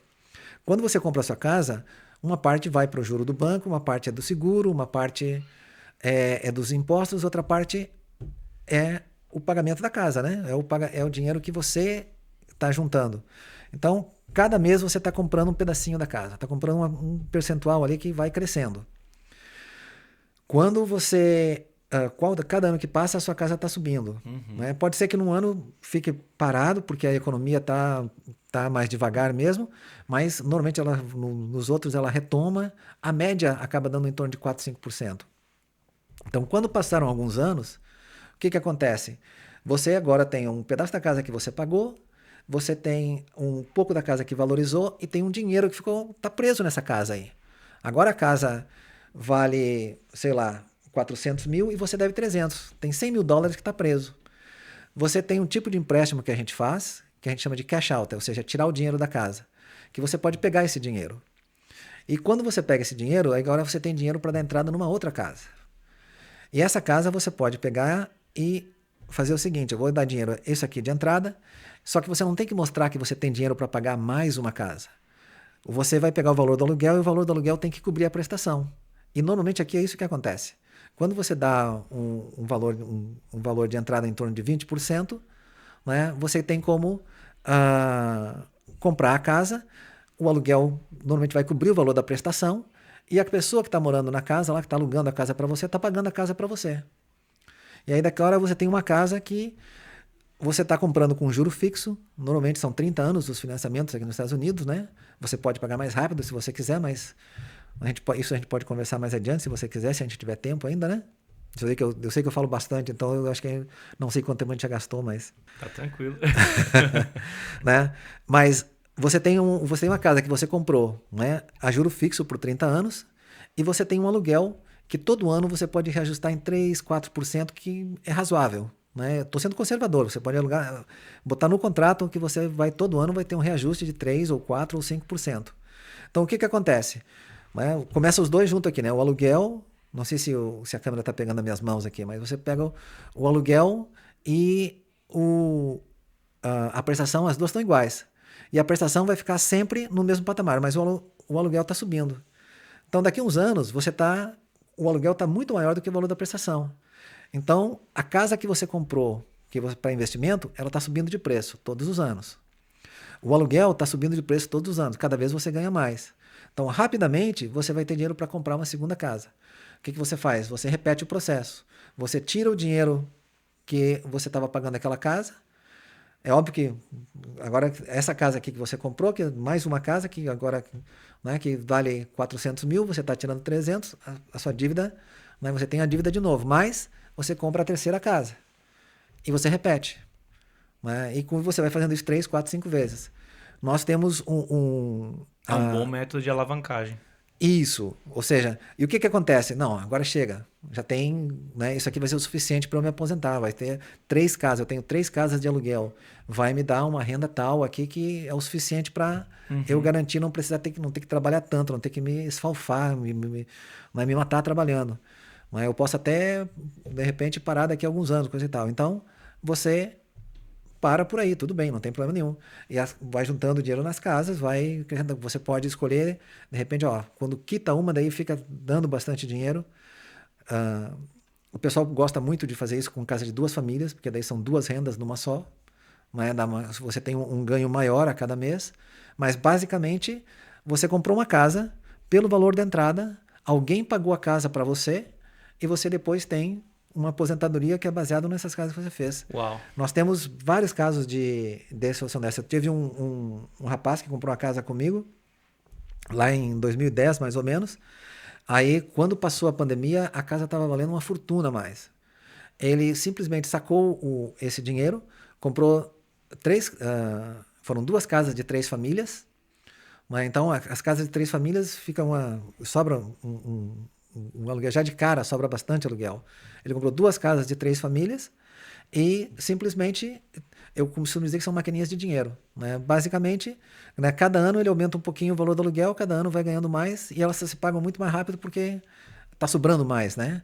Ou ele decidiu, na verdade, ficar com um pouco do dinheiro, né, e aumentar um pouco, como eu disse, né, ficar com mais folga, né, em termos de trabalho e tudo mais. Tem um outro amigo nosso que eu já digo amigo porque ele começou também, mas faz mais ou menos eu acho que faz uns 10 anos. Ele chegou lá e disse, olha, eu queria comprar uma casa, o que eu preciso? Ele não tinha nada. né? Mas aí nós demos a receita para ele, olha, você vai ter que economizar o suficiente para dar tantos por cento de entrada, você vai ter que estabelecer crédito, a gente precisa, se ele não tinha documentos, mas a esposa tinha. Então você vai fazer o seguinte, essa dica é outra dica importante, que o pessoal às vezes não se dá conta. Em vez de você ter a empresa meio a meio com a sua esposa, o nome da empresa a empresa vai ficar no nome da sua esposa, porque ela tem documentos. E aí eu posso emprestar com os juros para quem tem documentos, que é mais barato. Né?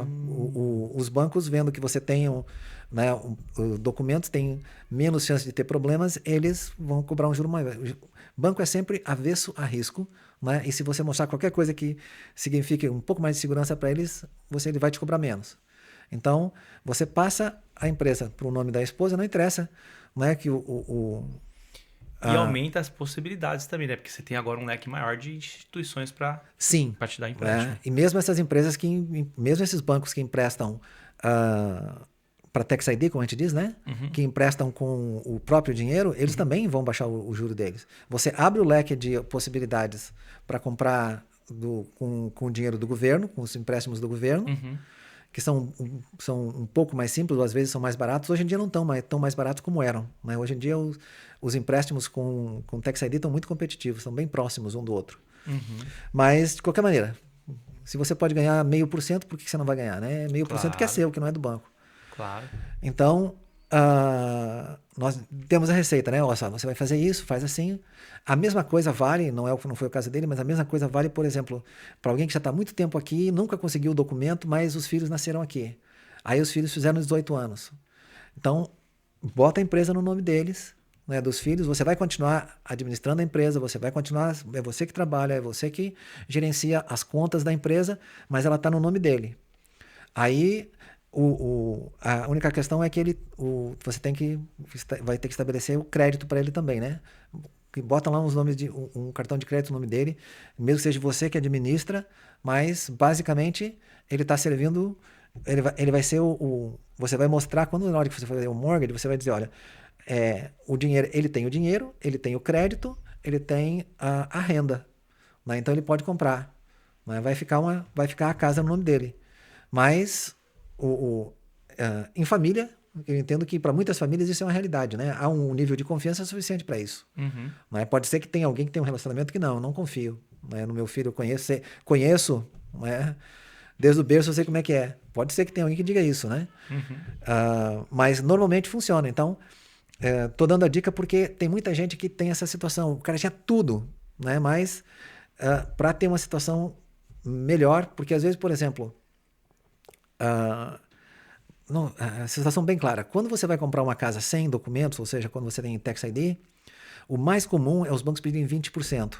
Tem situações que a gente consegue 15% e 10%, mas há outras exigências que dificultam o processo também. Okay.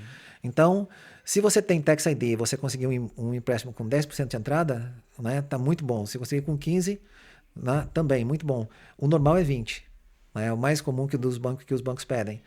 Quando você tem documentos, tem empréstimos que você não precisa da entrada, tem empréstimos que para quase todo mundo, esses com 0% de entrada são muito raros, são situações bem específicas. Mas tem empréstimos com 3% de entrada.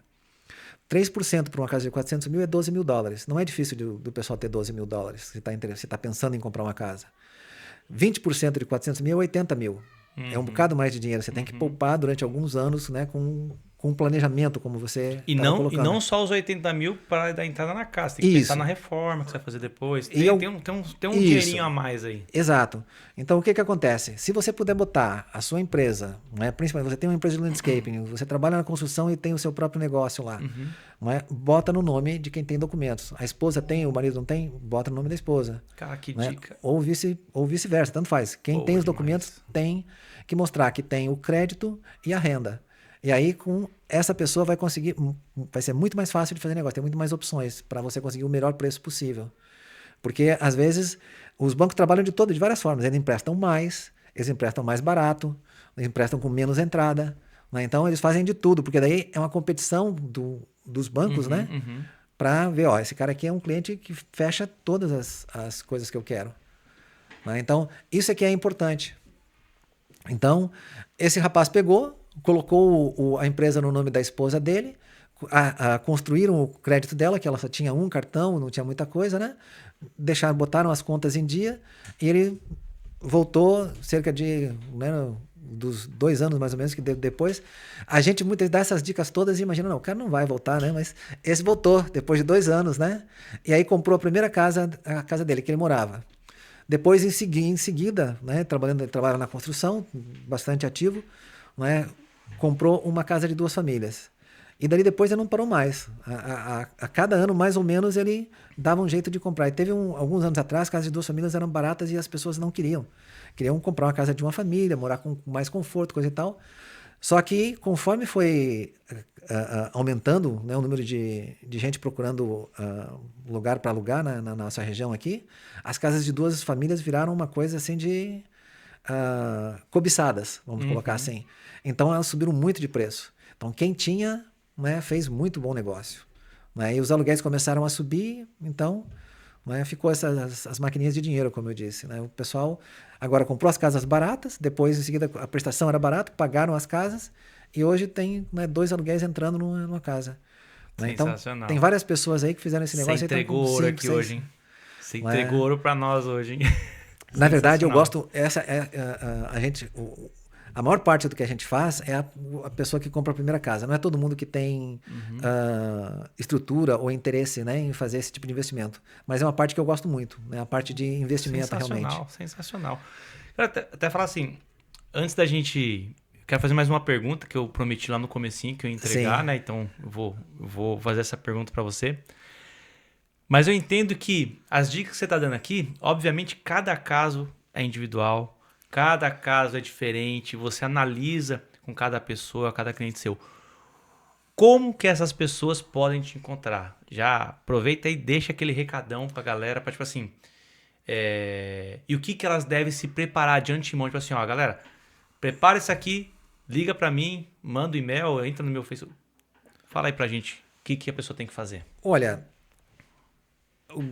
deixa eu começar pelos documentos. Basicamente, você tem que mostrar...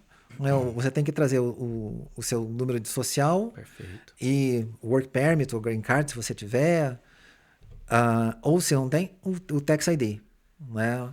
Se você não tem número de social, não tem documento de imigração, é o tax ID. E a sua driver license, ou seja, precisa de uma foto, né? Uma foto sua com seu nome, sua informação, e o número do social ou do tax ID. Isso é para identificação. Histórico de aluguel, como eu estava falando. Isso para muitos bancos é importante. Né? E em alguns casos você deixa de conseguir um bom negócio porque você não tinha. Então, se você está pensando para amanhã, não vai ter condições de você arranjar isso aí. Você já vai ter que ter. É bom que você tenha, né, pague em cheque. Né? Em alguns casos, ter os últimos 2 meses pago em cheque é melhor do que não ter nenhum. Né? Cheque, quando eu digo cheque, entenda qualquer meio eletrônico serve também, né? Se você tiver o Zelle lá que mostra 2 meses saindo lá o dinheiro, 12 de preferência, mas, né, saindo a mesma quantidade, ótimo. Você vai ter que ter o seu comprovante de renda, ou seja, você tem que comprovar que você faz o suficiente. Normalmente, o que os bancos pedem é que você faça o dobro do que a casa vai lhe custar. Se você vai ter uma prestação de 2 mil, você tem que mostrar que você ganha pelo menos 4.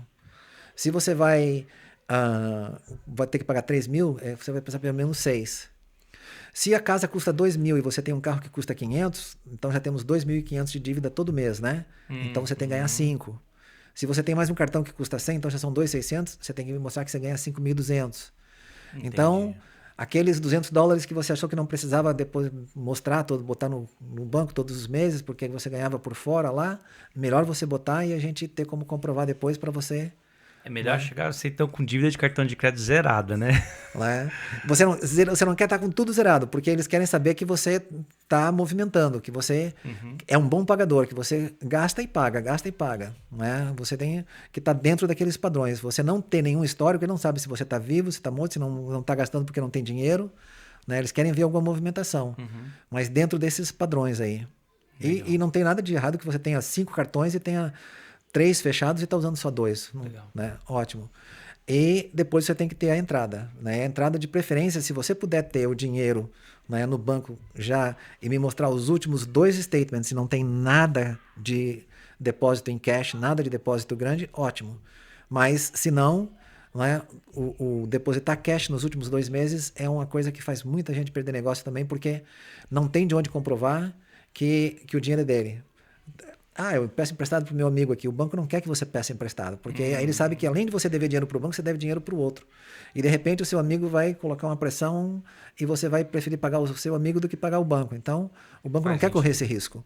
Né? Então, se você não tem como comprovar, ou se a prova que você acha que você pode dar, o banco não aceita, porque quem está emprestando dinheiro é o banco que diz, né, o que serve de prova e o que não serve. É o banco que concorda em emprestar o dinheiro para você. Então, você tenta se encaixar dentro do que o banco quer da melhor forma possível.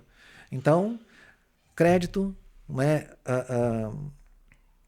crédito, renda e entrada, e a parte dos aluguéis também, né, a parte de comprovação de aluguel não é fundamental, mas é sempre uma ajuda. Legal. Em alguns casos faz a diferença. E como é que faz para te encontrar? Então, eu trabalho atualmente na Prisma, né, a Prisma Lending Group, que fica aqui em Danbury, número 18 da Padanaram Road. Muita gente conhece tem o supermercado ShopRite ali na saída 6. Estou tentando lembrar o nome da loja, não lembro agora. Tem a loja que muita gente conhece também, que vai ali do lado. Mas é número 18 da Padanaram Road, né, aqui em Danbury. E o meu telefone, né, direto é 203-731-1396. Legal. A gente vai colocar, inclusive, na descrição do vídeo aqui para essas informações. E basicamente, bom, depois na descrição a gente coloca meu e-mail também, as outras informações que você pode entrar em contato comigo.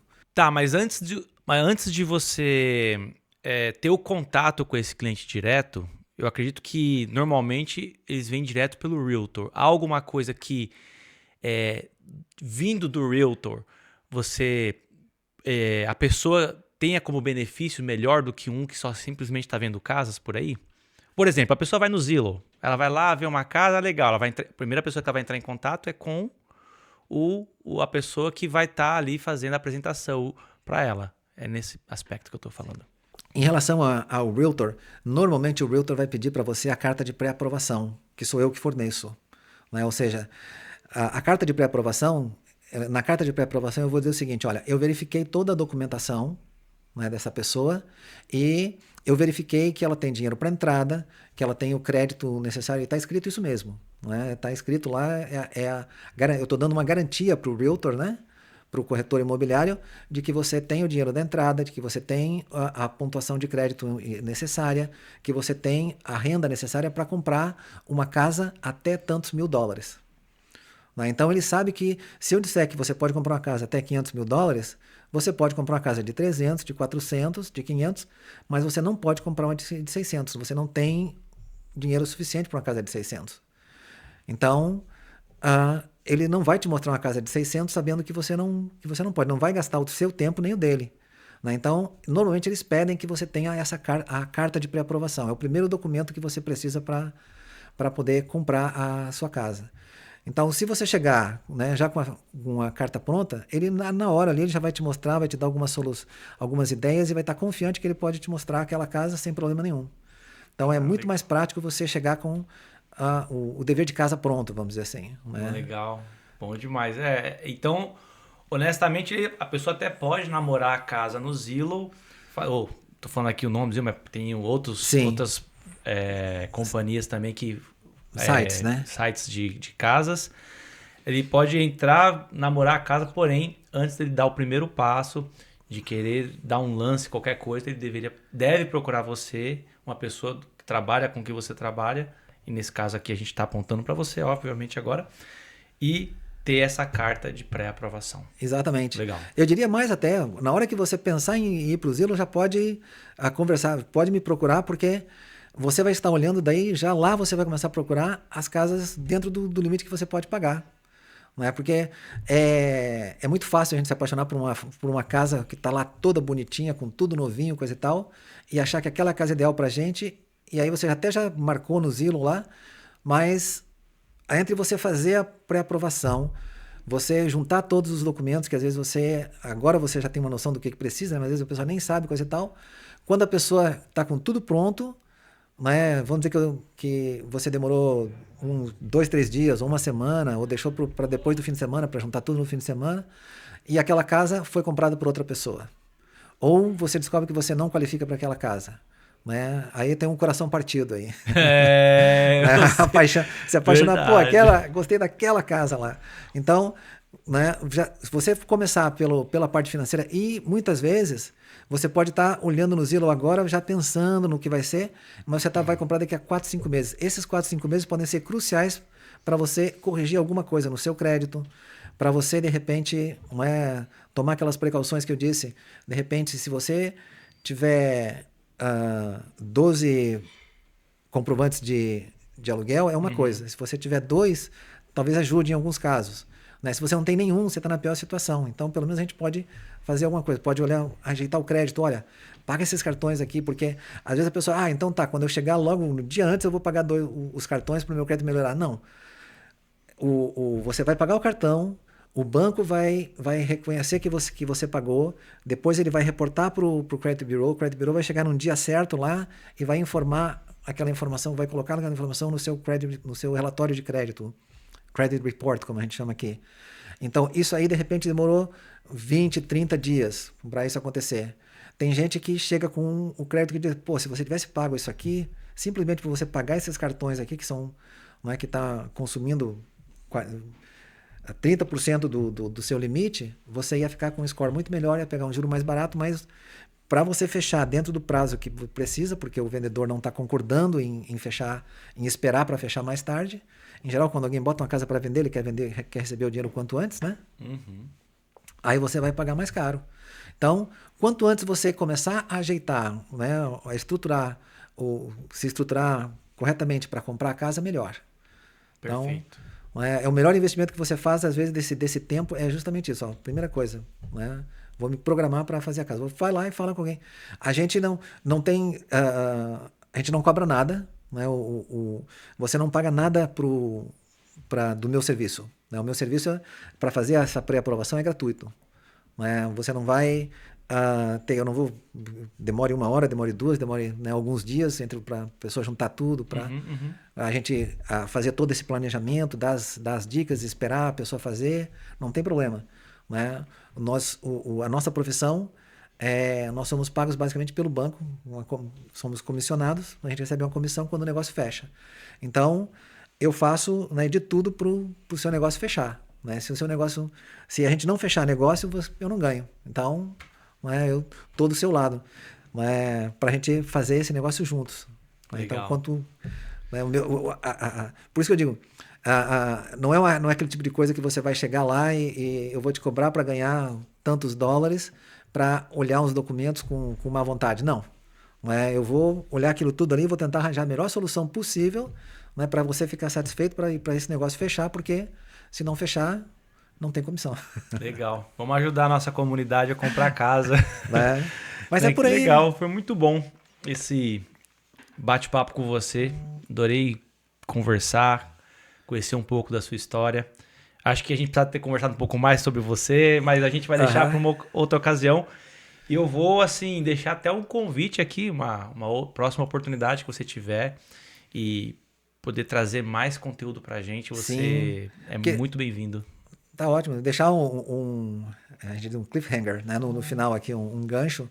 Mas uma outra parte que eu gosto muito é a parte de fix and flip, que a gente chama, que é o pessoal da construção, né? Que normalmente quer comprar uma casa, consertar a casa e vender.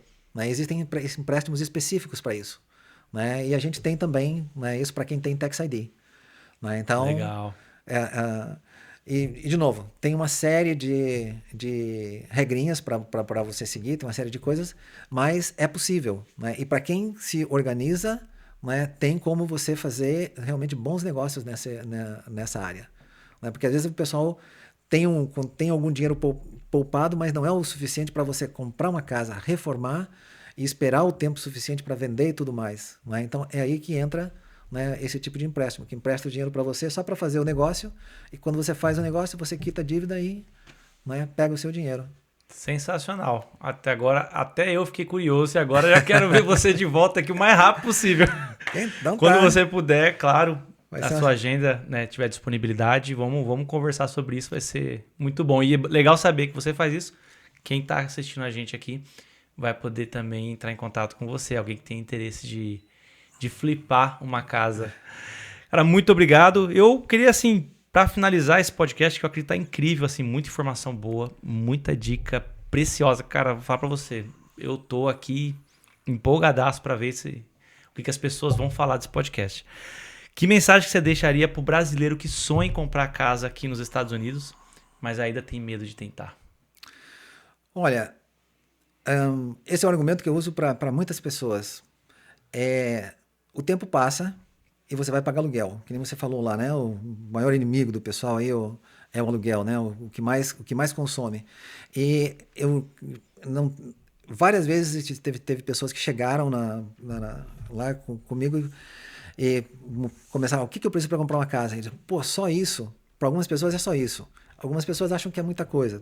Varia da situação de cada um, né? Do que cada um está procurando. Mas, né, só isso, eu moro há 20 anos nessa casa aqui, né, e eu já paguei basicamente uma casa de aluguel. E provavelmente, não, já paguei, podia ter comprado minha casa. Sem dúvida. Às vezes, isso já tem situações que é bem isso mesmo. Em outras situações, a pessoa não tinha o suficiente para comprar, mas não foi tempo suficiente para comprar a casa, mas já teria comprado uma boa parte, já teria pago uma boa parte da casa. Então, é o seguinte, olha, aluguel é um dinheiro que você joga fora.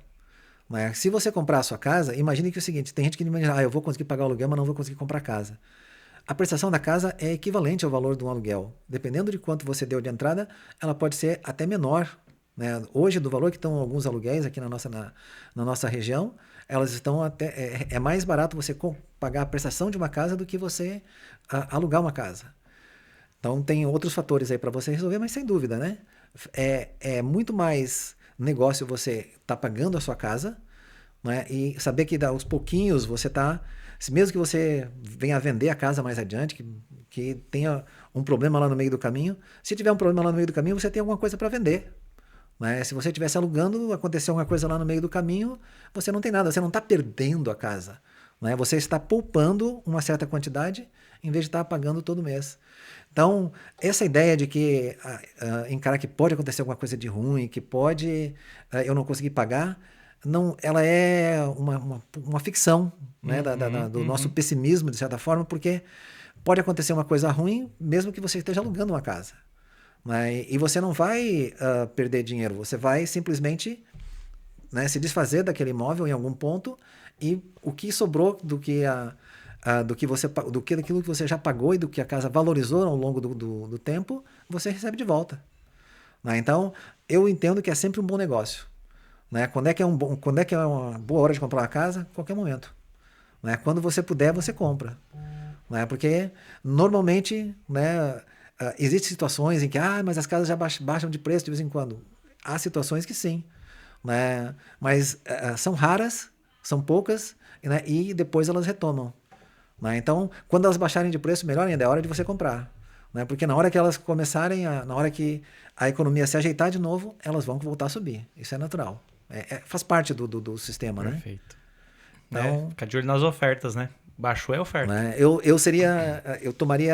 A minha recomendação é tome uma perspectiva otimista. Né? Não seja poliana demais, achar que pode tudo. Para isso tem alguns limites que os próprios bancos são obrigados a impor hoje em dia, como eu falei, né? Você não pode, você tem que ser pré-aprovado, você tem que mostrar que você ganha o suficiente para você não se endividar mais do que você pode. Essas regras todas existem para garantir que a possibilidade de você perder uma casa por não poder pagar ou alguma coisa assim seja reduzida significativamente. Né? Vai acontecer? Acontece. Tem foreclosure acontecendo, né? Volta e meia. Uma pessoa fica 6 meses impedida de trabalhar, né? Ela vai ficar, ou ela vai ser colocada na rua, porque não está pagando aluguel, ou ela vai perder a casa. O resultado é basicamente o mesmo. Numa das situações, ela fica com as mãos abanando, na outra, ela vai ter pelo menos o dinheiro que ela, né, economizou, que foi colocado na casa ali, que a casa valorizou ao longo daquele tempo. Com certeza. Né? Mas tem um valor emocional muito forte essa ideia de perder uma casa. Né? Com uma casa é algo, nossa, onde é que eu vou morar? Sem dúvida. Né? Mas, às vezes, a pessoa fica numa situação que ela não tem nem onde morar. tô sendo muito dramático aqui, mas né? é a verdade. Mas, ou seja, é só pra gente eliminar esse medo. Sim, Não é a coisa sim. que isso, não é que isso pode acontecer com você. A questão não é essa. A questão é eliminar esse medo. Né? Saber que, diante de uma situação dessas, você vai estar ainda melhor posicionado se você tendo uma casa ou não. Uhum. Tendo do que não tendo, melhor dizer. Sensacional. Cara, obrigado pelo seu tempo. Não? Deus te abençoe. Da mesma Foi forma. muito bom. E é o seguinte, pessoal, você que assistiu, ficou até o final, não esqueça, dá o like, se inscreva e compartilha. Agora é a hora. Compartilha com seu amigo que quer comprar uma casa, que não sabe por onde começar. Agora você já sabe por onde começar. Você vai procurar o Marconi. As informações estão aqui na descrição desse vídeo. Então compartilha com aquele amigo que comentou com você, tô pensando em comprar uma casa. Compartilha com todas as pessoas, porque esse podcast de hoje, por mais que a pessoa não queira comprar ainda ou não tenha a possibilidade de comprar, ela agora vai estar nutrida de informações importantes. Beleza? Vejo vocês então até o nosso próximo episódio. Fiquem com Deus. Tchau.